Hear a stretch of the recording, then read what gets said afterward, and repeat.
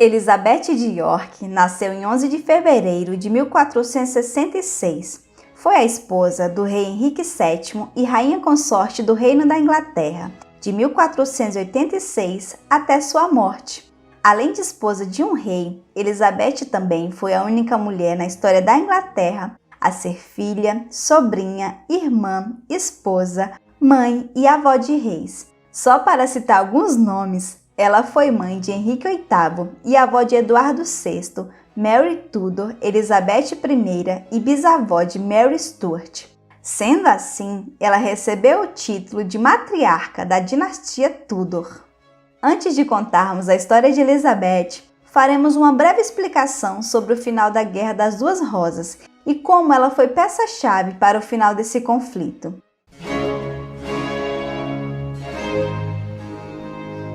Bem, na Inglaterra, a derrota na Guerra dos 100 Anos contribuiu para abalar o processo de centralização política e militar na figura do rei. Ao fim do conflito, a Inglaterra estava empobrecida e em crise econômica e política.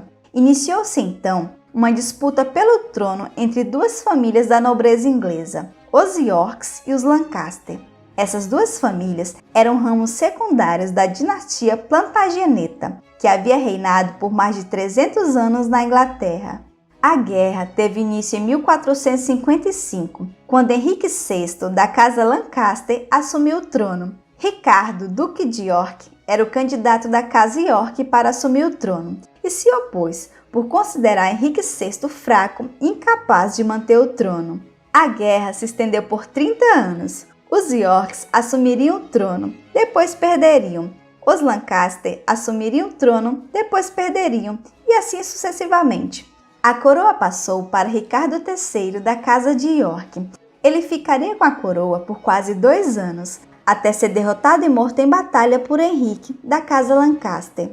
Como quase em toda a guerra da Idade Moderna, para celebrar a paz e fim das rivalidades entre as nações ou entre as casas de nobres, o casamento era o melhor contrato de garantia de paz. Assim, Henrique da Casa Lancaster se casou com Elizabeth de York, filha de Eduardo IV da Casa de York, que tinha sido rei antes de Ricardo III. Ricardo III era irmão de Eduardo IV e tio de Elizabeth. Ufa! Tantos nomes e parentes, espero que tenham entendido. Dessa forma, Henrique tornou-se rei e adotou o título de Henrique VII. Uniu através do casamento com Elizabeth as casas Lancaster e York, fundando uma nova dinastia, a Tudor.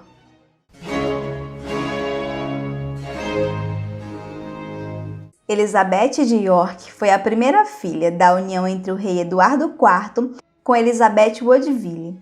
A rainha Elizabeth Woodville foi a primeira plebeia a se tornar rainha consorte da Inglaterra. Anos mais tarde, Ana Bolena seria a segunda.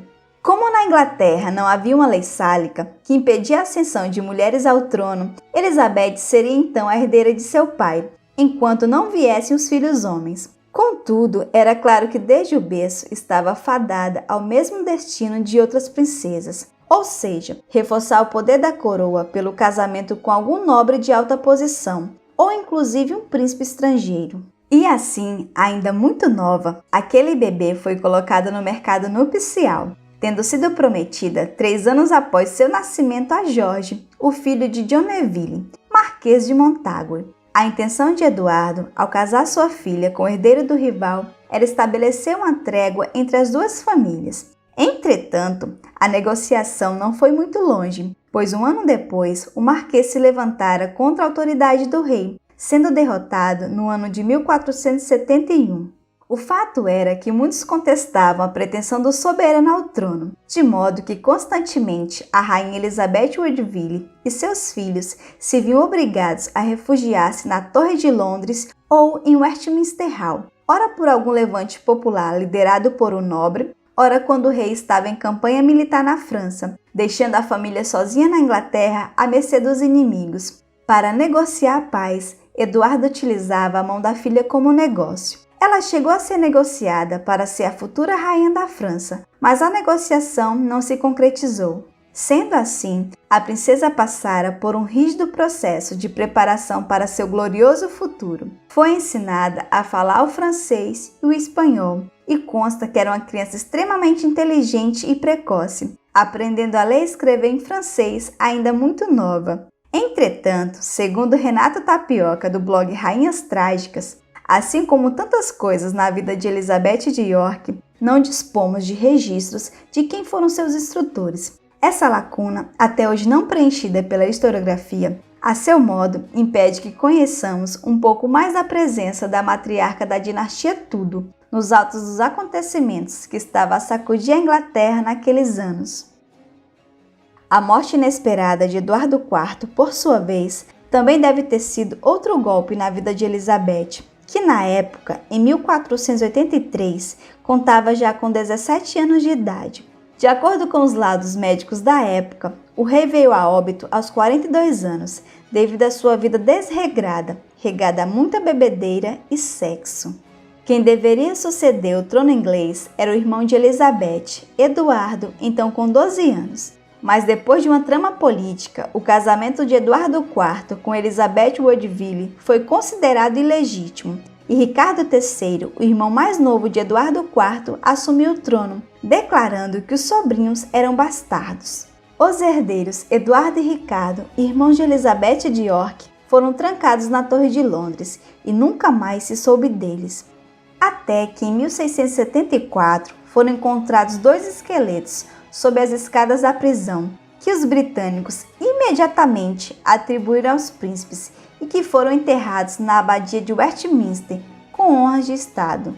Entretanto, Ricardo III não tinha intenção de fazer mal à sua cunhada e sobrinhas. Elizabeth tinha outra irmã.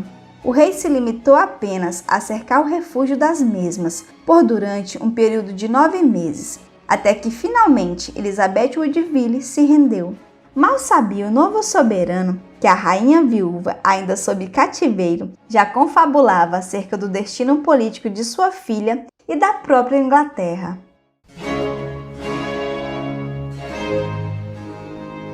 Com a tomada do trono inglês por Ricardo III, o partido de York ficou dividido. Muitos o responsabilizavam pela assumida morte dos príncipes na torre, o que por sua vez só fez fortalecer a facção dos Lancaster e de seu principal pretendente, Henrique de Richmond, futuro Henrique VII. Aqueles que desejavam ver o usurpador destronado sugeriram a Henrique que se casasse com Elizabeth, fortalecendo assim a sua própria pretensão, visto que agora ela era sucessora direta da casa de seu pai. Entretanto, essa negociação dificilmente teria se mantido sem o apoio da rainha viúva, Elizabeth Woodville. Segundo Renato Tapioca, provavelmente ela ainda em cativeiro em Westminster trocara cartas com seu rival, na qual se comprometia a apoiá-lo, se em troca ele aceitasse a mão de sua primogênita em matrimônio. Na época, Henrique estava exilado na França. Algum tempo depois, Elizabeth de York passou a servir na corte como aia da nova rainha, Ana Neville, de quem se dizia ser muito próxima. Todavia, Ricardo estava cada vez mais decidido a manter a sobrinha por perto, com medo de prováveis conspirações envolvendo a mesma. Não se sabe sobre as reações de Elizabeth a respeito da sua negociação de casamento com Henrique. Alguns apontam que ela chegou a trocar cartas clandestinas com ele, mas nada sobrou. Até que em 22 de agosto de 1485, Henrique derrotou as tropas de Ricardo III. Após a morte do usurpador, Henrique fora formalmente declarado rei e, assim como outros monarcas antes dele, ordenou a prisão de todos os pretendentes ao trono, inclusive a própria Elizabeth de York. Mas depois, a jovem fora mais uma vez devolvida à custódia da mãe. Em uma assembleia reunida 7 de novembro, o parlamento rogara ao novo soberano para que honrasse seu compromisso com Elizabeth. Apesar de nenhum registro formal confirmar, é quase certo que a princesa tenha recebido como herança de seu pai o ducado de York, recebendo, portanto, os rendimentos que lhe cabiam como duquesa. Entretanto, a concessão do título à princesa não era apenas mera formalidade, mas sim um passo decisivo para torná-la numa noiva em potencial para o rei da Inglaterra. E assim foi. Henrique respondera positivamente à petição do parlamento e, após alguns prolongamentos, a cerimônia aconteceu em 18 de janeiro de 1486. O casamento não foi seguido imediatamente pela coroação de Elizabeth, provavelmente devido ao fato de Henrique ter questões mais urgentes para resolver. Arthur nasceria cerca de 8 meses depois. Em menos de 5 anos de casamento, Elizabeth já tinha dado 5 filhos perfeitos ao seu marido, entre eles Henrique VIII, que nasceu em 28 de junho de 1491. Elizabeth e Henrique se davam muito bem e gostavam de estar juntos. Elizabeth não desempenhou nenhum papel político importante. Muito disso se deve à sua sogra, Margaret Beaufort. A presença da mãe de Henrique VII é muito significativa. Ela assumira uma série de tarefas e responsabilidades que cabiam por seu posto a Elizabeth de York. No entanto, esta soberana parece não ter se incomodado com a atuação de sua sogra em nenhum aspecto, ou pelo menos não dispomos de fontes confiáveis para tanto. Sabemos, porém, que Elizabeth Woodville não era muito amiga de Margaret Beaufort, e para que o estado de tensão entre ambas não prejudicasse Elizabeth de York, Woodville se retiraria da corte no ano de 1487. Seu filho mais velho, Arthur Tudor, desde o nascimento se mostrara adoentado e morreria em 2 de abril de 1502. Elizabeth morreu menos de um ano depois, em 11 de fevereiro de 1502. Ela não conseguiu recuperar-se após dar à luz uma semana antes, prematuramente, de seu 8º filho, uma menina que não sobreviveu por muito tempo. Henrique VII nunca iria recuperar-se totalmente da morte de sua esposa. O rei ordenou que 636 missas em Londres fossem oferecidas à alma de sua esposa. Seu funeral de estado foi um dos mais luxuosos já vistos. Elizabeth de York foi peça-chave da dinastia Tudor, mãe do rei Henrique VIII e vó de tantos outros reis e rainhas. Ainda segundo Renata Tapioca, Elizabeth foi uma consorte modelo, caridosa para com os pobres, porém sempre ligada à figura de Margaret de Beaufort, ora como patrona das letras, ora como arauto da religião. No tocante às artes, sua presença ainda é mais modesta. Adorava o teatro, mascaradas e outras festas desse gênero, além de ter um talento para o desenho e algumas noções de arquitetura.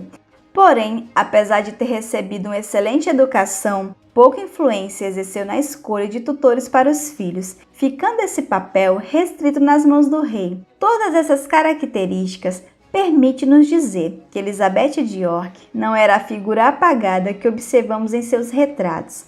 À primeira vista, pode simplesmente parecer uma rainha como qualquer outra, mas tivera uma função importante na vida do reino e de seu marido. Infelizmente, sua devoção às obrigações de uma consorte, especialmente na concepção de herdeiros para o trono, logo cobraria seu preço.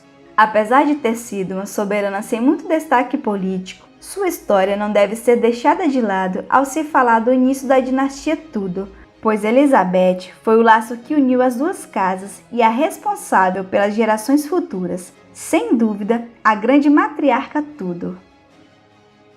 Olá, eu sou a professora Zilmar. Espero que você tenha gostado do vídeo, então não esqueça de deixar seu like, compartilhar com seus amigos e comentar no vídeo abaixo. Até o próximo! Tchau!